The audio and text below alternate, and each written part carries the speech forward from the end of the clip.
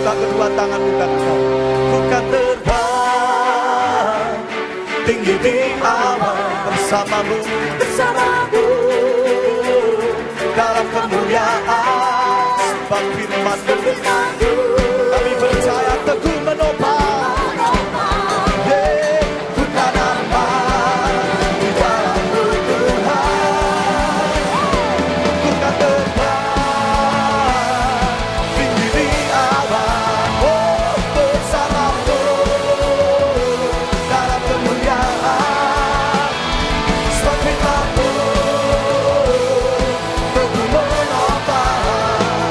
Bukan aman di dalam-Mu Tuhan. Bukan aman, bukan aman di dalam-Mu Tuhan. Bukan aman, bukan aman di dalam-Mu Tuhan. Oh,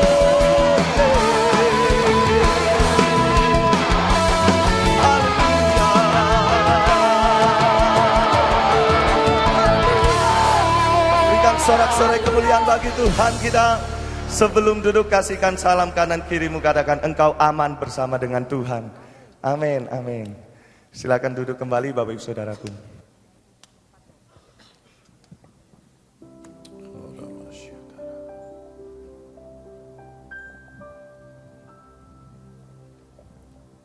Biarlah hidupku bagimu sebagai pujian yang berkenan dalam perbuatanku dan perkataanku. Ku sembah Kau Tuhan selalu. Aku mau bernyanyi setiap hari, bersyukur buat nafas yang Kau beri. Dari pagi hari hingga datang malam, ku sembah Kau Tuhan selalu. Seluruh hidupku ku sembah Kau Tuhan selamanya. Seumur hidupku ku sembah Kau Tuhan selamanya. Sama-sama katakan, biarlah hidupku bagimu sebagai pujian yang berkenan dalam perbuatanku dan perkataanku. Ku sembah Kau Tuhan selalu. Aku mau bernyanyi setiap hari, bersyukur buat nafas yang Kau beri. Dari pagi hari hingga datang malam, ku sembah Kau Tuhan selalu. Seluruh hidupku ku sembah Kau Tuhan selamanya.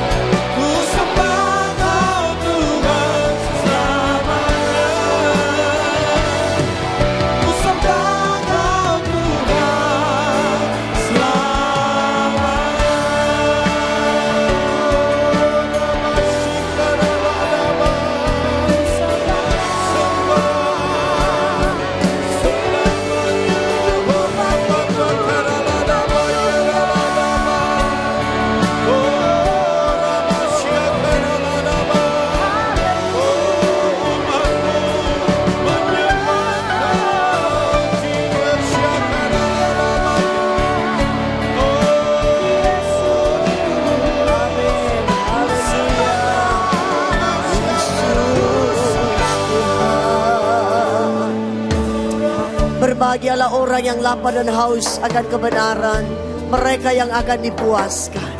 Berapa di antara Bapak Ibu saudara hadir dengan sebuah hati yang lapar, sebuah hati yang haus, sebuah hati yang rindu akan Tuhan? Mari angkat tangan kananmu ke surga dan kita berdoa. Bapa, kami berdoa di hadapan-Mu. Kami hadir di sini dengan sebuah hati yang lapar. Kami hadir di sini dengan sebuah hati yang haus. Kami sungguh merindukan firman kebenaran yang sanggup untuk memerdekakan kami. Mari berbicaralah kepada kami, bersabdalah kepada kami, berfirmanlah lewat hamba-Mu. Urapi hamba-Mu dan urapi kami semua ya Tuhan, supaya kami menangkap isi hati Tuhan. Kami mau sungguh-sungguh hidup di dalam kebenaran yang satu ini. Dan kami percaya hati Tuhan disenangkan.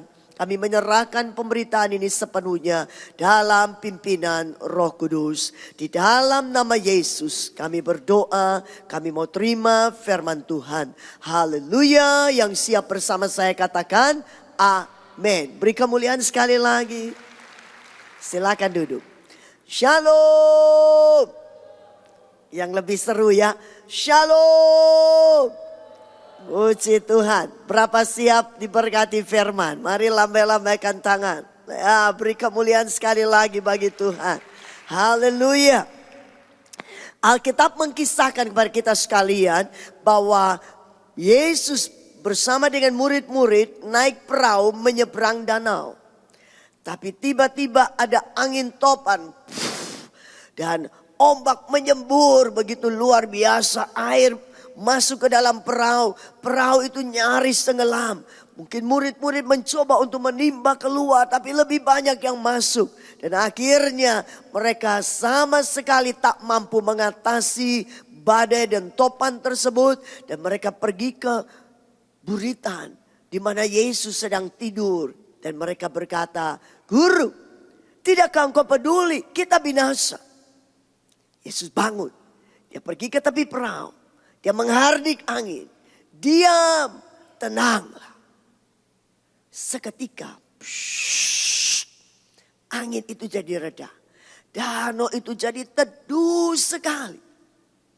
Lalu Tuhan Yesus berkata, "Mengapa kamu begitu takut? Mengapa kamu tidak percaya?" Lalu apa kata murid seorang kepada yang lain? Mari kita buka Alkitab. Markus pasal yang keempat. Pada ayat yang ke-41. Markus pasal yang keempat pada ayat yang ke-41. Mereka menjadi sangat takut dan berkata seorang kepada yang lain, "Siapa gerangan orang ini sehingga angin dan danau pun taat kepadanya?" Saya ulang kalimat yang terakhir.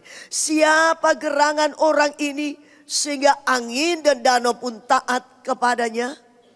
Saudara, murid-murid bersama dengan Yesus.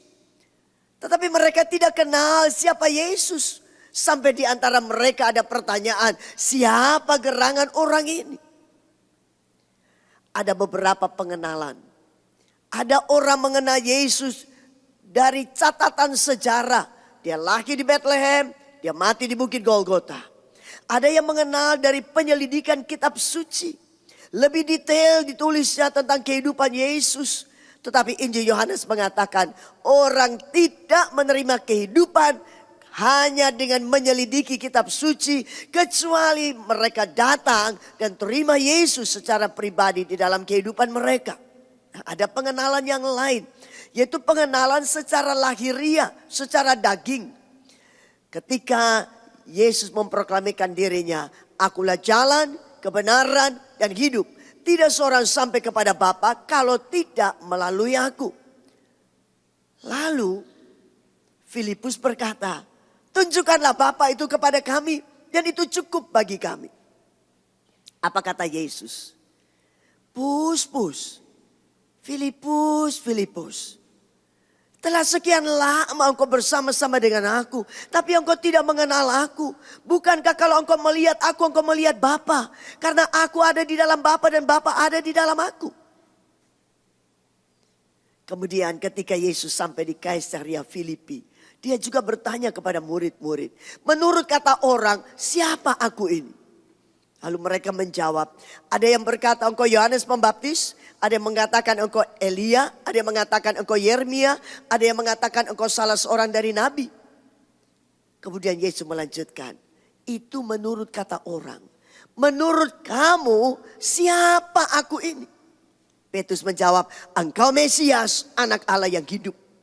Kemudian Yesus berkata, berbahagialah engkau Simon bin Yunus, karena pernyataan ini bukan datang dari manusia, tapi datang dari Bapa. Saya mau katakan, Tuhan Yesus juga tentu ingin tahu. Bertanya kepada saudara, seandainya dia ada secara fisik di tengah-tengah kita. Dia juga akan bertanya kepada saudara, menurut saudara sekalian yang hadir dalam doa malam ini, siapa aku? Mungkin ada yang menjawab, engkau penyembuh. Karena ketika aku sakit, aku berdoa. Lalu aku dapat kesembuhan. Ada yang berkata, engkau sumber berkat. Ketika aku dalam kesulitan keuangan, aku pergi bekerja dan berdoa. Lalu diberkati, engkau sumber berkat. Mungkin ada yang mengatakan, engkau pembuat mujizat. Karena ketika semua jalan sudah buntu, aku berteriak berdoa. Lalu ada mujizat terjadi. Yesus pembuat mujizat. Saya mau katakan, tidak salah. Tetapi ini hanya pengenalan yang sangat dangkal. Kita harus bertumbuh di dalam pengenalan kita kepada Yesus. Sampai dikatakan oleh Paulus kepada jemaat yang ada di Korintus. 1 Korintus pasal yang ke-12. Pada ayat yang ketiga pada kalimat yang terakhir. Saya baca untuk saudara. 1 Korintus 12. Ayat 3 kalimat yang terakhir. Dan tidak ada seorang pun yang dapat mengaku Yesus adalah Tuhan selain oleh Roh Kudus. Yang mengerti bilang amin. Dengarkan saya. Kekristenan bukan hanya satu peristiwa pertobatan saja. Tapi kekristenan, dengarkan saya baik-baik. Itu adalah sebuah proses bertumbuh secara benar dalam pengenalan akan Yesus. Perlu bertumbuh. Walaupun kita semua sudah ikut Tuhan 10 tahun, 20 tahun, 30 tahun, 50 tahun. Dari bayi ngoek sudah percaya Yesus. Saudara, kita masih perlu bertumbuh di dalam pengenalan kita kepada Yesus. Jangan hanya pengenalan yang dangkal. Yesus penyembuh. Seandainya hanya sampai di situ pengenalan saudara. Satu ketika ada sakit. Kita berseru kepada Yesus, kesembuhan belum datang. Kita bisa mengingkari iman kita kepada Yesus. Kita hanya tahu Yesus pembuat mujizat. Giliran kita minta mujizat belum terjadi. Kita juga bisa undur dari Yesus karena mujizat belum terjadi. Kita harus bertumbuh dalam pengenalan sampai seperti yang kita baca dalam surat Korintus. Yesus adalah Tuhan. Berasal dari kata kurios yang artinya penguasa tunggal atas kehidupan kita ini. Dia harus menjadi yang berdaulat sepenuh di dalam kehidupan kita ini. Contoh, Paulus. Paulus sangat merindukan pengenalan akan Tuhan. Sampai dia berkata, semua yang dulu kuanggap keuntungan, sekarang kuanggap sebuah kerugian karena Kristus. Malahan semua kuanggap rugi karena pengenalan akan Yesus Kristus lebih mulia daripada segala-galanya. Bahkan segalanya dianggap sampah hanya untuk memperoleh Kristus saja. Berarti kalau orang bertumbuh dalam pengenalan yang benar kepada Yesus, maka sama sekali dunia tidak bisa mengikat hidupnya kecuali terikat hanya kepada Tuhan Yesus saja. Paulus juga berdoa untuk jemaat yang ada di Efesus. Supaya dikaruniakan roh hikmat dan wahyu. Supaya jemaat yang ada di Efesus memiliki pengenalan yang benar kepada Yesus. Memiliki mata hati yang terang. Kalau orang mengenal Yesus, mata hatinya semakin terang. Maka dia akan mengerti ada pengharapan di dalam panggilan Yesus di dalam kehidupan ini. Betapa kaya kemuliaan bagian yang ditentukan bagi orang kudus. Betapa hebat kuasanya yang ditentukannya bagi orang percaya sesuai dengan kekuatan kuasanya. Jadi orang yang mengenal Yesus dengan benar, perhatikan saya. Selain ia tidak lagi terikat dengan apa yang ada di dunia, kecuali terikat kepada Yesus. Orang tersebut juga tidak akan pernah mengalami yang namanya putus asa, hilang pengharapan. Karena sadar bahwa panggilan Tuhan memberikan pengharapan yang kekal kepada kita sekalian. Yang mengerti bilang amin. Dan malam ini kita harus pulang dengan pengharapan yang baru di dalam Tuhan. Amin. Nah, untuk mengenal saudara perlu ada usaha. Untuk mengenal perlu ada disiplin rohani yang harus kita buat. Saya baca untuk saudara di dalam Lukas pasal yang ke-10. Lukas pasal yang ke-10. Pada ayat yang ke-38 sampai ayat yang ke-42. Maria dan Marta. Ketika Yesus dan murid-muridnya dalam perjalanan, tibalah ia di sebuah kampung. Seorang perempuan yang bernama Marta menerima dia di rumahnya. Perempuan itu mempunyai seorang saudara yang bernama Maria. Maria ini duduk dekat kaki Tuhan dan terus mendengarkan perkataannya. Sedang Marta sibuk sekali melayani. Ia mendekati Yesus dan berkata, Tuhan, tidakkah engkau peduli bahwa saudaraku membiarkan aku melayani seorang diri? Suruhlah dia membantu aku. Ayat 41, tetapi Tuhan menjawabnya, Marta, Marta, engkau khawatir dan menyusahkan diri dengan banyak perkara. Perhatikan ayat 42, tetapi hanya satu saja yang perlu. Maria telah memilih bagian yang terbaik yang tidak akan diambil daripadanya. Bilang amin yang keras. Dengarkan saya. Maria dan Marta. Marta sibuk sekali melayani. Menyediakan jamuan untuk Tuhan Yesus. Tetapi dia iri hati kepada Maria. Dan dia berkata kepada Yesus, suruh Maria bantu aku. Karena aku dibiarkannya melayani seorang diri. Ternyata Yesus sama sekali tidak memberikan pembelaan kepada Marta. Bahkan dikatakan engkau terlalu kuat dan menyusahkan diri dengan banyak hal. Hanya satu saja yang perlu. Perhatikan saya saudara. Ayat 42. Tetapi hanya satu saja yang perlu. Berapa yang perlu saudara? Ulang dulu baca ayat 42. Tetapi hanya satu saja yang perlu. Berapa yang perlu saudara? Tak boleh satu saudara. Kalau satu, iblis tambah satu di depan, iblis bisa tambah satu di belakang, jadi 111 yang perlu saudara. Makanya kita banyak sibuk karena terlalu banyak yang perlu kita lakukan. Seharusnya sesuai dengan ayat ini. Hanya satu saja yang perlu. Iblis tak punya tempat sama sekali. Hanya satu saja yang perlu. Berapa yang perlu saudara? Hanya satu saja. Coba semua pakai telunjuk seperti saya. Ya harus jadi anak-anak supaya bisa masuk surga. Hanya satu saja. Coba sekali lagi.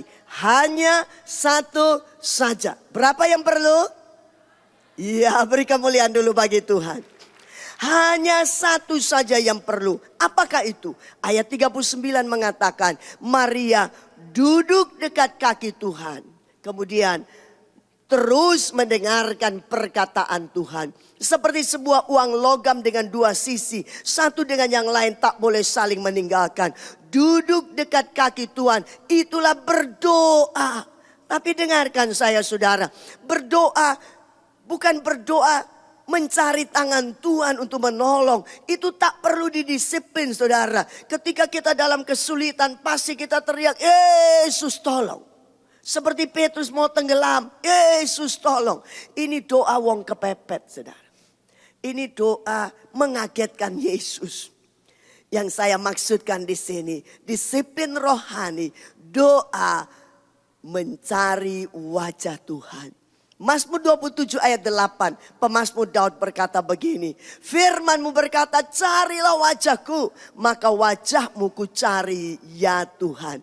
Berapa saudara punya pengalaman doa mencari wajah Tuhan? Yonggi Cho bilang, tidak ada kegiatan rohani yang lebih bermanfaat daripada doa mencari wajah Tuhan, menyembah Tuhan. Karena disitulah kepribadian kita diubahkan oleh Tuhan. John Wimber berkata, keakraban dengan Tuhan itulah tujuan utama kekristenan. Saudara, saya bertanya kepada beberapa senior saya tentang doa mencari wajah Tuhan. Kalau mereka punya pengalaman yang bisa dibagikan kepada saya. Saya datang pada seorang bapak, Pak, punyakah pengalaman doa mencari wajah Tuhan? Jawabnya, ya menyembah, bermazmur. Saya belum puas. Saya tanya lagi yang lain. Ibu-ibu, punyakah pengalaman doa mencari wajah Tuhan? Ya pokoknya jangan minta-minta, berbahasa roh, bermazmur. Saya belum puas. Satu hari saudara, Tuhan mengajar saya. Saya pergi pelayanan di sebuah gereja yang kecil di sebuah ruko di Surabaya. Kebaktian hari Minggu pukul 9 sampai pukul 11. Selesai ibadah pukul 11, lalu bersalam-salaman. Ada seorang ibu bersalaman dengan saya. Berkata seperti ini. Shalom Bu Vivi, shalom. Lalu kelanjutannya berkata seperti ini. Saya ini iri hati sekali dengan Bu Vivi. Loh, ini menarik ya saudara. Orang iri hati itu kan dosa sembunyi-sembunyi. Loh ini ibu iri hati pada saya. Justru diproklamirkan di hadapan saya. Ini membuat saya jadi penasaran. Lalu saya tanya, Bu minta maaf. Ibu iri hati pada saya soal apa Bu? Dengarkan saya. Ini tidak bohong-bohongan saudara. Sungguh-sungguh terjadi. Lalu ibu itu berkata, ya Bu Vivi punya suami kok sabar sekali. Loh dari mana kau tahu suamiku sabar? Dalam hati saya berpikir, saya menikah puluhan tahun belum pernah memproklamirkan suamiku sabar. Tapi ibu ini kok bisa tahu suamiku sabar. Lalu iri hati pada saya. Lalu saya tanya, dari mana ibu tahu suamiku sabar? Loh sudah ketemu katanya. Kan yang itu toh? Ya sudah salaman. Dalam hati saya, orang salaman 2 detik kok bisa tahu suamiku sabar? Saya kejar dia. Bu, dari mana ibu tahu suamiku sabar? Sudah salaman, sudah ketemu. Tapi masakan ketemu 1 kali, salaman 1 kali. Ibu bisa tahu suamiku sabar. Sampai iri hati pada saya. Ibu ini suku Jawa, orang sederhana. Lalu dia jawab saya. Ketoro Bu, ketoro katanya. Kelihatan. Saya kejar lagi. Kelihatan dari apanya Bu? Ibu itu malu ya. Lalu dia bilang begini. Sudah siang Bu Vivi, saya mau pulang dulu mau masak untuk suami. Saya bilang, oh enggak boleh, ibu sudah buat soal. Jawab dulu soalnya. Kalau sudah jawab boleh pulang. Ada banyak Kristen suka bikin soal tapi tak mau jawab saudara. Lalu saya bilang ibu ini, pokoknya habis jawab boleh pulang. Kalau tak jawab belum boleh pulang. Mau tak mau dia jawab saudara. Ketoro Bu Vivi. Lah ya tinggal omong ketoro teko opo nih. Nah, selesai pulang. Lalu dia bilang, ketoro Bu Vivi teko rai nih. Loh saudara, dari wajahnya saya menangkap. Oh ternyata wajah itu mencerminkan sifat seseorang. Kalau orang lihat saya tidak perlu diberitahukan apa-apa saudara. Orang tahu hati-hati rodok galak. Kalau orang mau minta bantuan kepada kami sekeluarga, ditunggunya saya tidak ada di rumah saudara.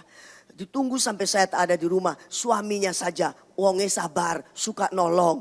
Jangan sampai kena istrinya, rodok kereng. Ini sudah rahasia umum di kota saya, jadi diproklamirkan juga ada apa-apa. Saudara, puji Tuhan. Nah, saudara, saya mau lanjutkan. Saya menangkap, oh wajah mencerminkan sifat. Alkitab mengatakan Allah adalah kasih. Pemazmur Daud juga mengatakan dalam Mazmur 119 ayat 135. Sinari aku dengan wajahmu ya Tuhan. Beritahukanlah kepadaku segala ketetapan-ketetapanmu. Ketika kita datang dalam penyembahan kita kepada Tuhan. Ketika kita datang dalam pengagungan kepada Tuhan. Dia menyoroti kita dengan sinar wajahnya yang adalah kasih itu. Kitab Kidung Agung berkata, kasih atau cinta itu kuat seperti maut. Ketika disoroti, saudara itu lebih kuat dari sinar X meronsen paru-paru kita ada flek atau tidak. Sinar wajah Tuhan yang adalah kasih itu menyoroti kita begitu kuat saudara. Sehingga semua yang kita simpan di balik hati kita yang berlawanan dengan kasih. Entah iri hati, kebencian, kedengkian, kepahitan, tidak mengampuni. Iri hati, egois, mementingkan diri sendiri. Semua yang berlawanan dengan kasih, kesombongan dan seterusnya. Itu ketika kita datang dalam hadiratnya, disinarinya kita dengan wajah Tuhan yang adalah kasih itu. Dengarkan saya baik-baik. Itu dibongkar oleh sinar kasih dari wajah Tuhan. Itu sebabnya Yonggi Cho bilang, di saat itulah kepribadian kita diubahkan oleh Tuhan. Karena yang berlawanan dengan kasih itu dibongkar, dibuang keluar. Dan yang tersisa adalah kasih Tuhan saja. Yang mengerti bilang amin. Beri kemuliaan bagi Tuhan. Perubahan terjadi. Kita tidak bisa mengubah diri kita sendiri, apalagi mengubah orang lain. Tetapi di dalam hadiratnya, ketika kita datang dalam penyembahan, disinari dengan wajah Tuhan yang adalah kasih, maka pembaruan sedang terjadi. Pemulihan sedang terjadi. Berapa banyak saudara pernah mengalami di dalam hadirat Tuhan air mata saudara berderai. Ada sebuah pertobatan, ada sebuah penyesalan, ada sebuah pembaruan, sebuah komitmen yang kita sedang ambil di dalam doa ketika berjumpa dengan sinar wajah Tuhan. Saudara yang dikasih oleh Tuhan, ini harus kita lakukan saudara. Yaitu doa mencari wajah Tuhan. Doa intimasi pribadi dengan Tuhan. Doa bersekutu dengan Tuhan. Doa menjalin keakraban dengan Tuhan. Tidak hanya cari tangan Tuhan menolong, memberkati, menyembuhkan, membuat mujizat. Itu betul dan itu baik. Tapi mari kita naik pada tingkat yang lebih tinggi. Doa intimasi pribadi dengan Tuhan. Waktu teduh dengan Tuhan. Saat teduh dengan Tuhan. Harus ada tiap-tiap hari kita mengadakan waktu untuk yang satu ini. Supaya bertumbuhlah kita di dalam pengenalan kita kepada Tuhan Yesus Kristus. Yang kedua, yang berikut. Terus mendengarkan perkataan Tuhan. Dengarkan saya saudara. Firman Allah berkata, semua tulisan diilhamkan oleh Roh Kudus. Ini bermanfaat untuk mengajar kita, menyatakan kesalahan kita, memperbaiki kelakuan kita, dan mendidik kita di dalam kebenaran. Pemazmur bilang, maka perkataan dan janjimu kusimpan di dalam hatiku, supaya jangan aku berdosa kepadamu. Selain doa mencari wajah Tuhan, kita mulai diperbaikinya kepribadian kita. Ditambah dengan firman yang kita simpan di dalam hati kita. Sebab itu perlu ada disiplin waktu. Baca firman, dengar firman, simpan di dalam hati. Niscaya saudara, dengan dua hal yang dijadikan satu paket, kita lakukan tiap-tiap hari kepada Tuhan. Niscaya pengenalan kita bertumbuh kepada Yesus dengan benar. Semakin kenal, kita akan semakin mengasihi Dia. Yang setuju bilang amin. Pepatah bilang tak kenal maka tak sayang. Semakin kita kenal siapa Yesus, semakin kita akrab dengan Dia, kita akan semakin mengasihi Tuhan. Saya pergi menyampaikan firman tentang hanya satu saja yang perlu. Di sebuah kota di Bandung saudara, di sebuah gereja. Lalu selesai, mau pulang saudara, bersalam-salaman dengan majelis gereja. Saya pikir semua akan ucap terima kasih untuk apa yang sudah saya sampaikan. Gilirannya ada seorang majelis bersalaman, dia bilang begini, lain kali jangan khotbah seperti itu di sini ya. Lalu saya tanya, yang mana Pak? Hanya satu saja, hanya satu saja. Nanti kalau ibu pulang semua jemaat duduk saja, tidak buat apa-apa. Duduk doa, duduk dengar firman. Lalu saya bilang, loh Pak, Bapak mendengar khotbah saya tidak sampai selesai kah? Lalu dia diam. Alkitab mencatat saudara, di dalam Yohanes pasal yang ke-12 pada ayat yang ketiga. Ketika Maria duduk dekat kaki Tuhan, terus mendengarkan perkataan Tuhan, dia semakin mengenal Yesus, dia semakin mengasihi Yesus. Dengarkan saya baik-baik, kasih itu bertindak, kasih itu aktif. Kasih itu memberi, kasih itu berkorban, tidak pasif, tidak berpangku tangan, dan tidak hanya menuntut. Kasih itu bergerak, bertindak. Buktinya Yohanes pasal 12 ayat yang ketiga dikatakan, maka Maria mengambil setengah kati minyak narwastu murni yang mahal harganya. Lalu meminyaki kaki Yesus dan menyekanya dengan rambutnya. Dan bau minyak semerbak di seluruh rumah itu. Bilang amin yang keras. Lihat. Bertumbuh dalam pengenalan. Bertumbuh di dalam kasih. Rela berkorban saudara. Minyak narwastu murni. Buli-bulinya dipecahkan. Psst. Lalu dibukanya gulungan rambutnya. Dia mulai menyeka kaki Yesus. Bau harum semerbak. Dikritik oleh Yudas Iskariot. Dikatakan ini pemborosan. Tapi Tuhan Yesus bilang, karena Yudas Iskariot bilang, lebih baik dijual bagi orang miskin. Tuhan bilang, omong kosong. Dia bukan cinta orang miskin. Dia suka curi kas yang dipegangnya. Maria dikritik oleh Yudas Iskariot. Tidak sempat untuk menunda atau membatalkan niatnya untuk memecahkan buli-buli pualam minyak narwastu untuk menyeka kaki Yesus. Mengapa saudara? Karena didorong oleh kasih. Motivasinya adalah mengasihi Tuhan. Kasih yang rela berkorban. Tidak peduli dengan kritikan orang. Tradisi ketika itu pun orang perempuan tak boleh datang dekat-dekat dengan seorang pria di tempat yang umum seperti itu. Tapi Maria berani menerobosi tradisi hanya karena menyatakan kasihnya kepada Tuhan. Di gereja Tuhan, di Pasirian, di tempat di mana Tuhan mempercayakan saya dan suami dan keluarga melayani jemaat. Saya seringkali mengumumkan kepada jemaat, kalau belum tumbuh kasih, jangan berkorban apa-apa. Belum bertumbuh kasih, jangan korban apa-apa. Karena saya sudah mengalami sendiri saudara. Pergi diundang di sebuah desa. Kecil, jemaat cuma 15-20 orang saja. Di depan ada sofa untuk duduk para tamu.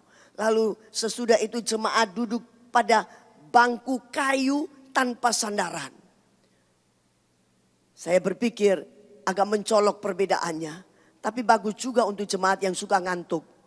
Jadi kalau duduk di bangku tanpa sandaran dia akan berjaga-jaga. Kalau tidak bisa jatuh. Ya, saya duduk dan melayani. Selesai pulang. Kira-kira setengah tahun kemudian diundang lagi ke tempat yang sama. Saya maju ke depan mau duduk di sofa yang empuk seperti setengah tahun yang lalu. Ternyata tak ada. Sudah sama-sama pakai bangku panjang tanpa sandaran. Seperti jemaat juga. Bagi saya tidak masalah. Tapi ada pertanyaan dalam pikiran.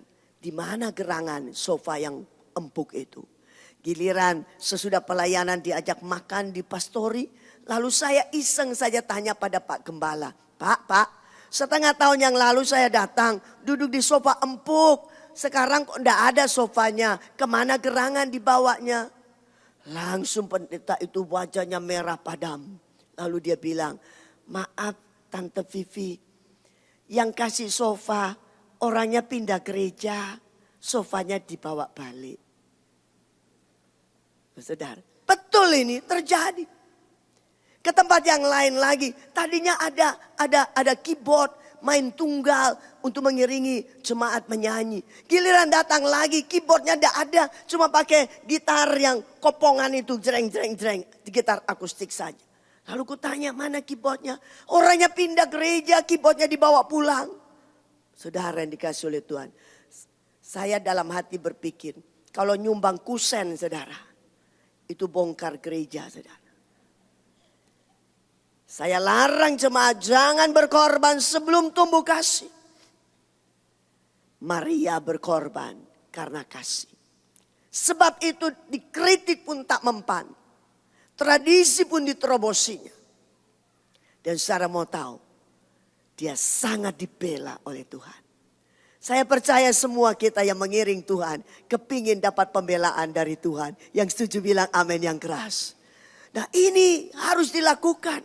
Bertumbuh dalam pengenalan. Bertumbuh dalam kasih. Kasih yang rela berkorban. Niscaya pembelaan Tuhan datang. Matius pasal yang ke-26. Ayat 10. Ayat 12 dan 13. Demikian firman Tuhan. Tetapi Yesus mengetahui pikiran mereka lalu berkata, mengapa kamu menyusahkan perempuan ini? Sebab ia telah melakukan suatu perbuatan yang baik padaku. Dipuji oleh Tuhan. Ini perbuatan yang baik. Saudara, semua kegiatan rohani, aktivitas gerejawi yang saudara lakukan, apakah Tuhan menilai suatu perbuatan yang baik? Ayat 12. Sebab dengan mencurahkan minyak itu ke tubuhku, ia membuat suatu persiapan untuk penguburanku. Maria belum tahu menahu tentang kematian dan penguburan Yesus. Tetapi apa yang dilakukan oleh Maria itu diangkat tinggi oleh Tuhan. Sehubungan dengan hari penguburannya. betapa luar biasa. Ayat 13. Aku berkata kepadamu, sesungguhnya di mana saja Injil ini diberitakan di seluruh dunia, apa yang dilakukannya ini akan disebut juga untuk mengingat dia. Luar biasa saudara. Sampai Injil diberitakan di seluruh pelosok bumi ini, nama Maria disebut orang untuk mengingat akan dia. Yesus sangat membela Maria. Tadi dikatakan Maria telah memilih bagian yang terbaik. Duduk dekat kaki Tuhan, terus mendengarkan perkataan Tuhan. Apakah kita sudah melakukannya supaya tumbuh kasih. Kasih yang rela mengorbankan apa saja bagi Yesus Kristus. Niscaya pembelaan Tuhan juga datang atas kehidupan kita sekalian. Orang yang mengenal Yesus pasti akan mengasihi Yesus. Orang yang mengasihi Yesus tak perlu takut apapun juga. Karena Alkitab mengatakan di dalam kasih tak ada ketakutan.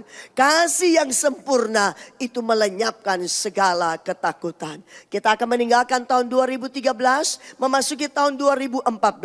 Tahun yang masih merupakan tanda tanya yang besar bagi kita sekalian. Tapi hari ini saya mau berkata kepada saudara sekalian, jangan kita memasukinya dengan ketakutan. Kepada situasi, keadaan yang semuanya akan berubah. Dan semuanya mungkin akan jadi lebih buruk dari tahun-tahun yang lalu.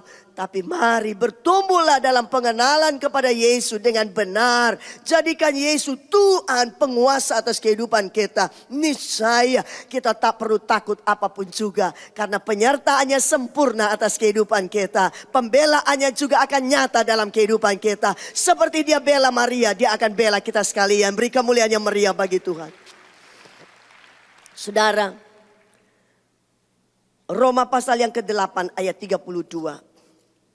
Roma 8 ayat 32. Ia yang tidak menyayangkan anaknya sendiri, tetapi yang menyerahkannya bagi kita semua. Bagaimanakah mungkin ia tidak mengaruniakan segala sesuatu kepada kita bersama-sama dengan dia. Yesus dikaruniakan Allah bagi kita sekalian. Supaya kita dapatkan hidup kekal di dalam surga. Masakan yang kekal dia perhatikan. Mustahil kalau yang sementara tidak diperhatikannya di dalam kehidupan kita sekalian. Pasti dianugerahkan semua yang kita perlukan. Sementara di bumi sampai masuk surga. Yesus menjadi jaminan bagi kita sekalian. Yang penting kita perlu bertumbuh dalam pengenalan akan Tuhan. Yang terakhir. Hosea pasal yang ke-6. Mari kita buka bersama-sama. Hosea pasal yang ke-6 pada ayat yang ketiga. Marilah kita mengenal dan berusaha sungguh-sungguh mengenal Tuhan. Saudara lihat, tidak hanya mengenal yang dangkal. Tidak hanya mengenal yang hanya semata kaki. Tidak hanya mengenal yang selutut. Tidak hanya mengenal yang sepinggang. Tapi mengenal sampai kita ditenggelamkan sungguh di dalam aliran sungainya yang tidak pernah berhenti, yang tidak pernah berkesudahan itu. Saya lanjutkan, ia pasti muncul seperti fajar, ia akan datang kepada kita seperti hujan pada akhir musim yang mengairi bumi. Mari berusaha mengenal Tuhan dengan disiplin rohani seperti yang Maria lakukan. Dia telah memilih bagian yang terbaik, dipuji oleh Tuhan saudara, bagian yang terbaik. Banyak kali kita melakukan kegiatan-kegiatan rohani untuk pujian manusia supaya diacungkan jempol kanan, jempol kiri. Kalau masih kurang orang acungkan jempol kaki kanan, kaki kiri. Saya mau katakan pujian manusia sia-sia. Yang kita rindukan adalah pujian yang dari Tuhan, itu kekal untuk selama-lamanya bagi kita sekalian. Lakukanlah disiplin rohani ini. Bertumbuhlah dalam pengenalan yang benar kepada Yesus. Supaya mata hati kita terang. Mengerti ada pengharapan. Tidak mengikatkan diri dengan apapun juga. Karena Alkitab menjamin bahwa ketika kita berusaha sungguh-sungguh mengenal dia. Dia akan muncul seperti fajar. Mungkin kekelaman sedang menudungi engkau. Jangan takut. Bertumbuhlah dalam pengenalan. Dia pasti muncul seperti fajar. Mungkin saudara sedang mengalami kekeringan, ketandusan. Sehingga tanah menjadi kering retak.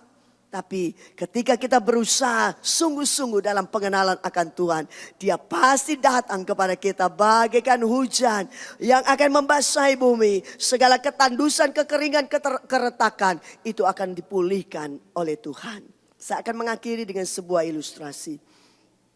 Satu hari ada sang akrobatik terkenal sedang mau mengadakan pertunjukan. Atraksi-atraksi yang akan disuguhkan.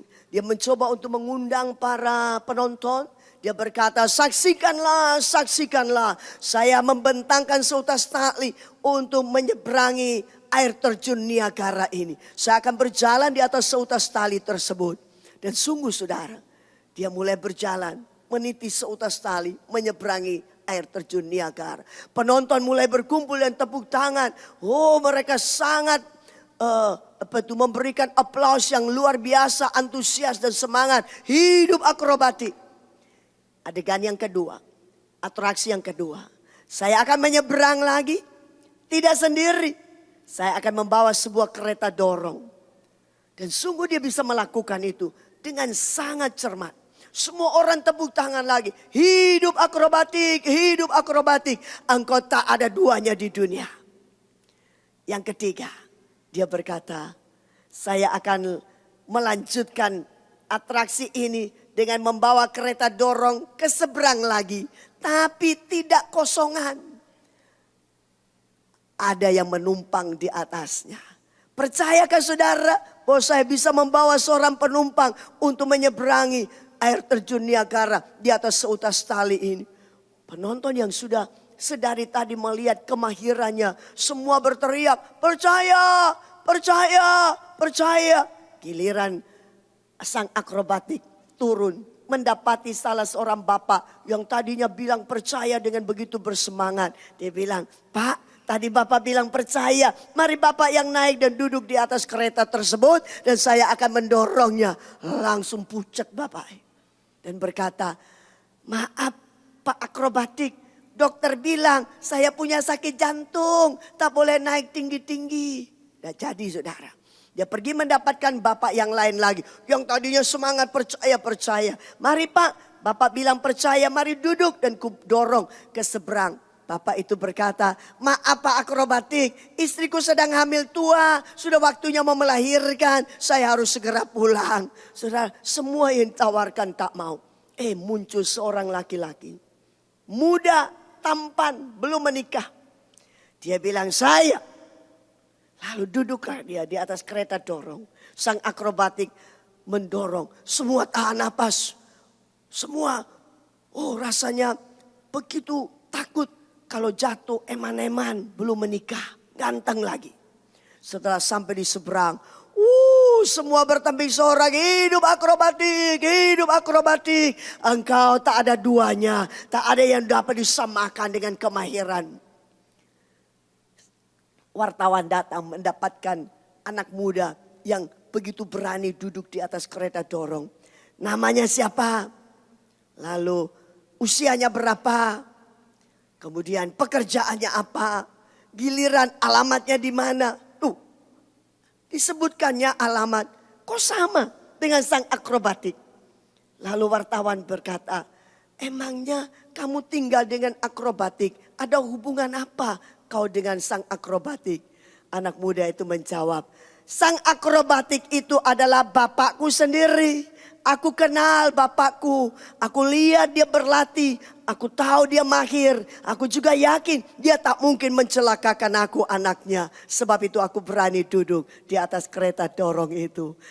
Saudara yang dikasih oleh Tuhan, sejauh mana pengenalan kita kepada Yesus? Kita yang berkata percaya, percaya, menyanyi tempik sorak, melompat, lambat tangan percaya. Tapi sejauh mana kita mempercayai dan menjadikan dia Tuhan penguasa atas kehidupan kita?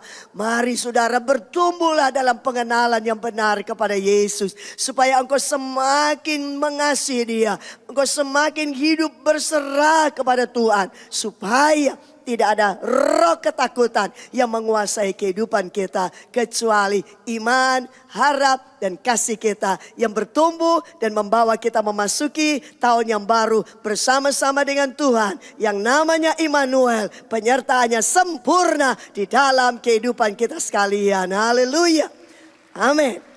Mari kita bangkit berdiri bersama-sama. Saya mengundang para pemuji dan pemusik. Kita akan menyanyikan sebuah pujian. El Shaddai, tak usah ku takut, Allah menjagaku. Akhirilah tahun 2013 dan masukilah tahun 2014 bersama dengan Allah El Shaddai, Allah yang maha besar. Kenali Dia, percaya, mempertaruhkan hidupmu. Haleluya.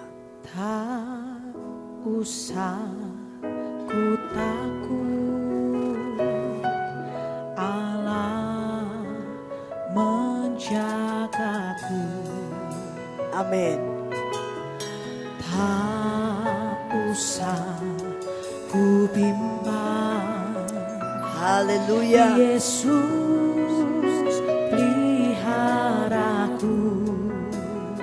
Tak usah ku susah. Tak usah ku susah, Ada Roh Kudus. Roh Kudus hiburku. Tak usah ku cemas. Tak usah ku cemas, Dia memberkati. Sekali lagi, tak usah ku takut. Tak Usah ku takut. Allah menjaga. Allah Menjagaku. Tak usah ku bimbang, Yesus peliharaku. Tak usah ku susah, Roh Kudus hiburku. Haleluya. Tak usah ku cemas, Dia memberkati. Semua katakan El Shaddai. El Shaddai, El Shaddai. Amin. Allah Maha kuasa. Katakan Dia besar. Dia besar, Dia besar. El Shaddai mulia. Amin. El Shaddai, El Shaddai. Allah Maha Kuasa. Amin. Berkatnya melimpah. El Shaddai. Sekali lagi katakan. El Shaddai, El Shaddai. Allah Maha Kuasa. Dia besar, Dia besar. El Shaddai mulia. Haleluya. El Shaddai, Amin. El Shaddai. Allah Maha Kuasa. Beratnya melimpah. Berkatnya melimpah. Berkatnya melimpah. El Shaddai. Sekali lagi katakan. Berkatnya melimpah. Beri kemuliaan yang paling meriah bagi Allah El Shaddai. Shaddai.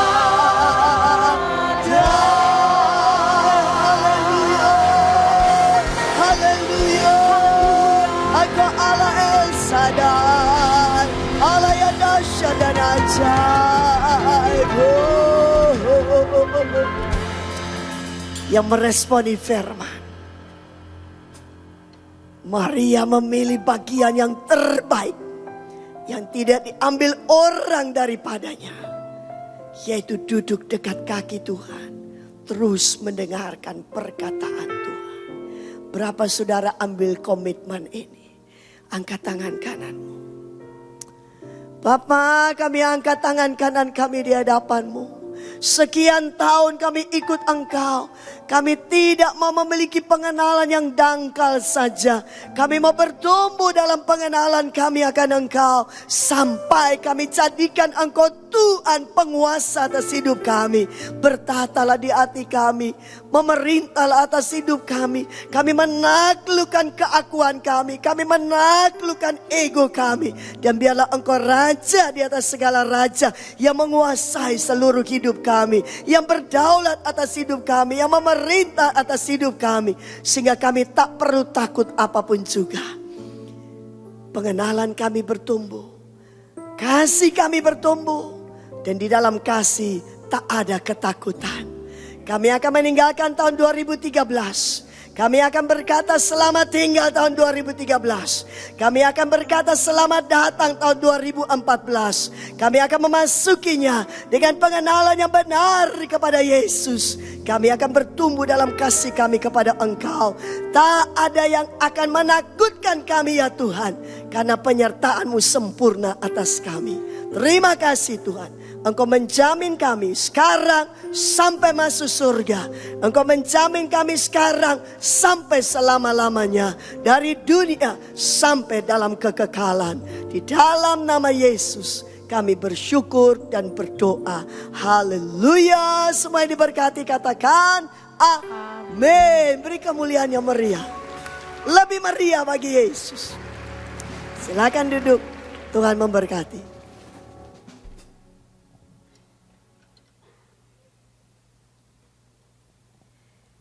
Kini tiba saatnya kita memberikan korban syukur persembahan kita. Mari sekali lagi Bapak Ibu dan Saudaraku, saya undang Bapak Ibu tundukkan kepala dan kita berdoa.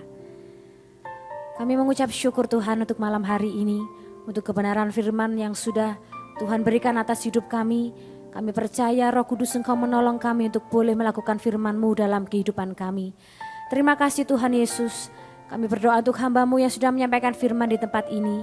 Kami percaya pengurapan-Mu, berkat pemeliharaan-Mu nyata di dalam kehidupan hamba-Mu ini Tuhan. Dan kini tiba saatnya kami akan memberikan korban syukur persembahan kami. Bapak kami rindu memberikan korban syukur persembahan ini dengan hati penuh sukacita karena kami mengasihi Tuhan. Dalam nama Tuhan Yesus Kristus kami berdoa dan mengucap syukur. Haleluya. Amin. Sambil Bapak Ibu memberikan korban syukur persembahan, Bapak Ibu bisa menyaksikan tayangan pengumuman berikut ini. Tuhan Yesus memberkati. Shalom jemaat yang dikasihi Tuhan. Berikut kami informasikan agenda kegiatan Gereja Betani Indonesia untuk saat ini. Jemaat terkasih, untuk lebih mempersiapkan diri dalam mengikuti kebaktian serta mempersiapkan hati menerima firman Tuhan, dianjurkan untuk hadir sebelum ibadah dimulai. Begitu juga untuk tidak segera meninggalkan ruang ibadah sebelum doa berkat diberikan. Dengan demikian, ibadah tetap berlangsung hikmat hingga selesai. Hadirilah doa pagi dan KKR doa setiap Sabtu di Geraha Betani Nginden yang dilayani oleh Bapak Gembala Abraham Alex Tanuse Putra. Doa pengurapan dimulai jam 3 pagi, sedangkan KKR doa dimulai pada jam 4 pagi hingga selesai. Untuk adik-adik manis yang terkasih, yuk datang di Natal Anak Betani Surabaya. Temanya adalah The Greatest Love. Jangan lupa datang hari Rabu 18 Desember jam 5 sore, tempat di Main Hall Geraha Betani Nginden. Pembicaranya ada Uncle Button yang juga dimeriahkan oleh Flow, Benny Kimi, dan Blacklight. Celebrate your Christmas in Youth Christmas Celebration 2013 True Love. Sabtu 21 Desember jam 5 sore dengan pembicara Pendeta Doni Tatimu. Featuring Betani Youth Choir and Youth Dance Performance. Enjoy the tour service of Christmas Betani Surabaya 2013. Cabang Betani Sukomanunggal dan Betani Tanjung Sari Jumat 13 Desember di Betani Sukomanunggal. Cabang Betani Mojokerto, Sabtu 14 Desember.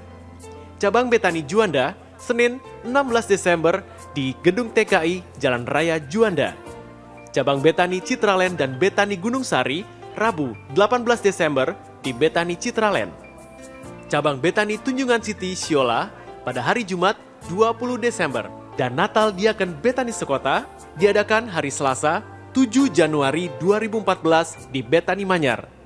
Seluruh ibadah akan dimulai pada jam 7 malam. Jangan lewatkan ibadah Natal dan tutup tahun bersama. Ibadah malam Natal Selasa 24 Desember dimulai jam 10 malam yang disertai dengan candlelight service. Ibadah Natal Rabu 25 Desember diadakan 3 kali ibadah. Ibadah pertama setengah 7 pagi, ibadah kedua jam 10 pagi, dan ibadah ketiga jam 5 sore Natal Sekota yang disertai dengan candlelight service. Dan ibadah tutup tahun Selasa 31 Desember 2013 dimulai pada jam 10 malam. Demikian jemaat terkasih, pengumuman untuk saat ini. Tuhan Yesus memberkati. Mari jemaat Tuhan, bersama saya undang kita bangkit berdiri, kita akhiri ibadah kita malam hari ini. Ku bersyukur padamu Tuhan, sebab kasih setiamu di dalam hidupku.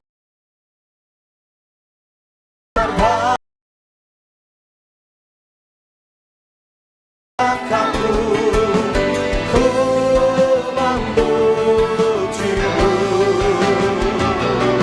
Beri angkat tanganmu. Ku bersyukur padamu Tuhan, sebab kasih setiamu di dalam hidupku. Anugerahmu besar bagiku di setiap langkahku. Ku memujimu, ku memujimu.